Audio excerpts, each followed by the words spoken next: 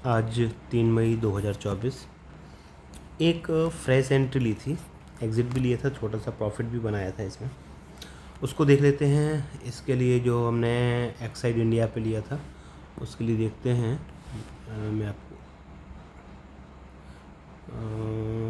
Order में दिखाता हूँ। ये एक्साइड इंडिया पे लिया था, 9:22 पर लिया था और 2:23 पर हमने निकाला था। इसमें क्या हमने सीखा है इसको हमें देखना है, और इसके लिए मैं एक्साइड इंडिया, एक्चुअली में इसका जो एवरेज है वो 1030 है, जो 1030 पर हमने लिया हुआ है। नहीं, अभी ओके 1030 पर लिया था। इसका मैं एक चार्ट निकालता हूँ। चार्ट इसके पीछे जो लेने का रीज़न है, इसको मैं कुछ दिनों से ले रहा हूँ, बार बार निकाल भी रहा हूँ, क्योंकि ये डे वाला मैंने निकाला। ये देखो,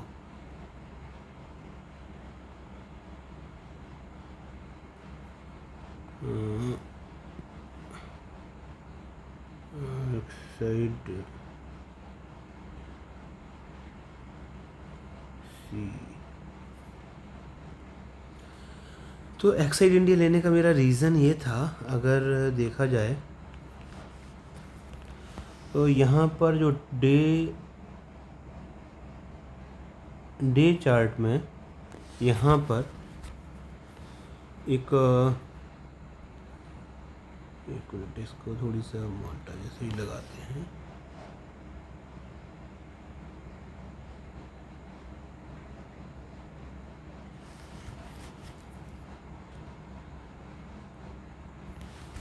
देखो,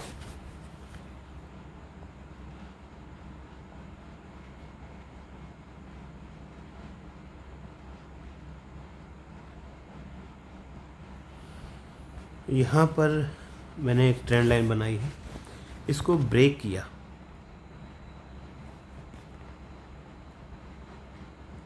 इसको ब्रेक करने के बाद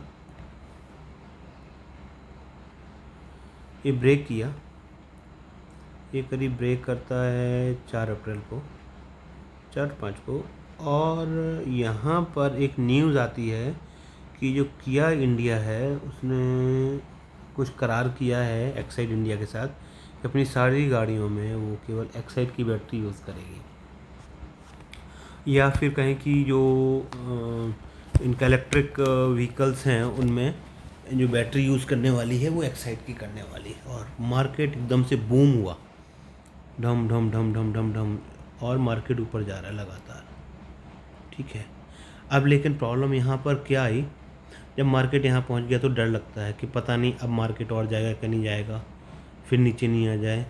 दूसरे दिन यहाँ पर देखें तो कुछ हैमर जैसा बन रहा है, हैमर जैसा बना, वो सॉरी शूटिंग स्टार जैसा बना, लग रहा है कि पता नहीं अब नीचे जाएगा। फिर डोजी बनी, तो अब लग रहा है कि पता नहीं कुछ क्या होगा। लेकिन फिर तीसरे दिन गया ऊपर, फिर अगले दिन फिर से, और उसके दिन फिर से अगले।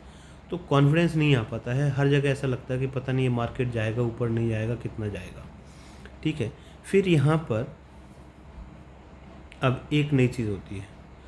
अब यहाँ पर हम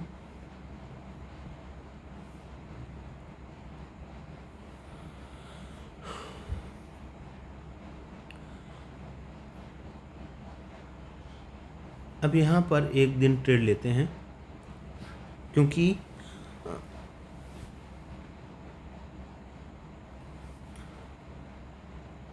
एक सपोर्ट जैसा बन रहा है, ऊपर एक रेजिस्टेंस बन रहा है और नीचे एक सपोर्ट जैसा बन रहा है। तो यहाँ लगा कि कुछ शायद ऊपर मार्केट जा सकता है, तो यहाँ पे कहीं पे हमने ले लिया था।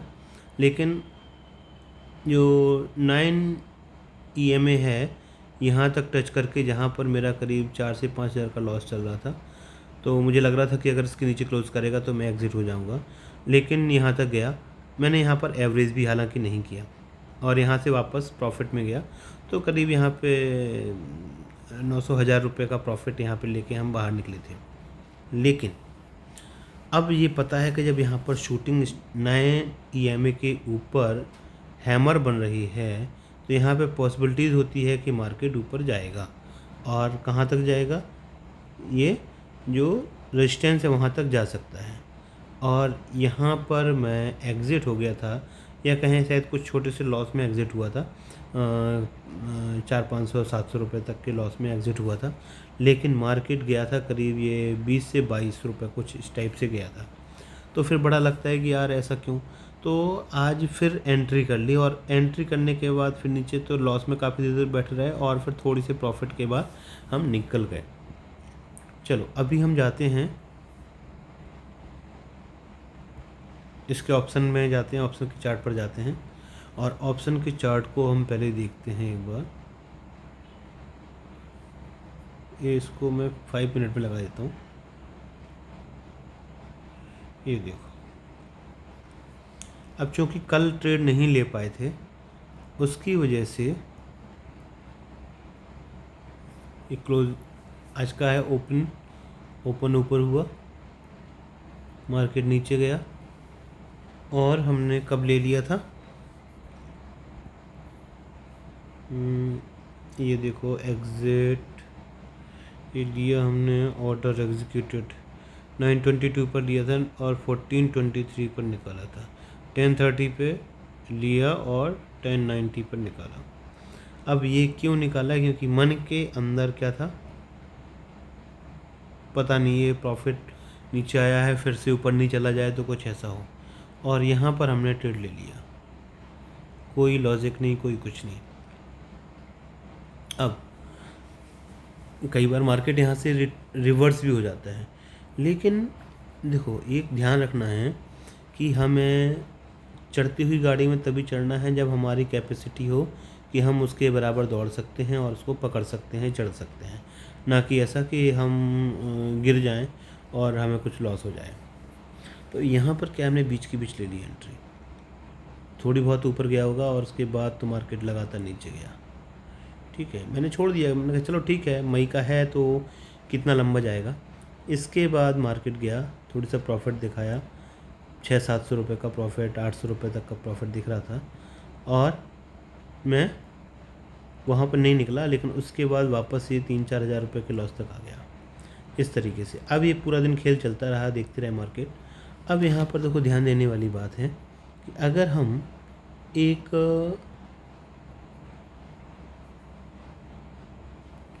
ट्रेड लाइन बनाते हैं सपोज,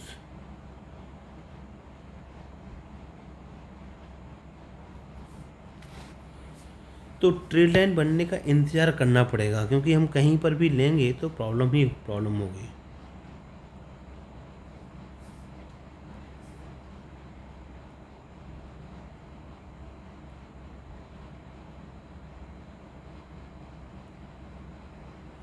देखो ये सपोर्ट बन रहा था, थोड़ी सा नीचे बनेगा,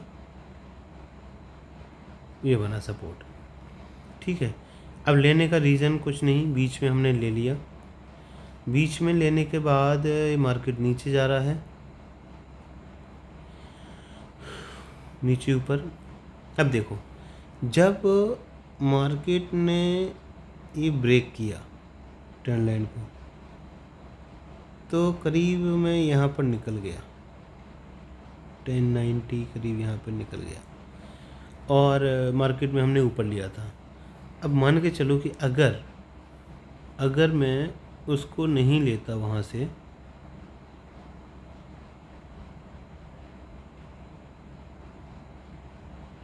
अगर मैं वहाँ से नहीं लेता और ये इंतज़ार करता ट्रेंड कुछ बनने का, कुछ ब्रेक होने का, और इसको मैं ब्रेक करता, तो यहाँ पर लेता जैसे 990, तो कुछ सस्ता मिलता, और इसमें हम देखते फिर, क्योंकि यहाँ पूरा दिन बैठने के बाद जब हमें रेड से ग्रीन दिख रहा है तो फिर निकलने की जल्दबाजी होती है। अगर लेकिन सही जगह पर लिया जाए तो उतनी जल्दबाजी नहीं होती है, क्योंकि देखो कितनी कैंडल बनी, 1 कैंडल, 2 कैंडल, 3 कैंडल, अब 3 कैंडल बनी।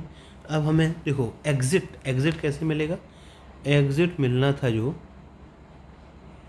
वो कहें कि मार्केट देखो यहाँ से इस तरीके से, अगर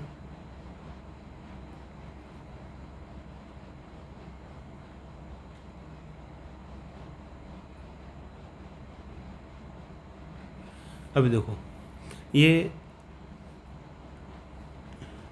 सपोर्ट या रेजिस्टेंस जोन बन रहा था, यहाँ पे बना, और इसके जो अपर साइड था वहाँ पर जैसे ही गया तो यहाँ पर एग्ज़िट होने की पॉसिबिलिटीज़ बनती है।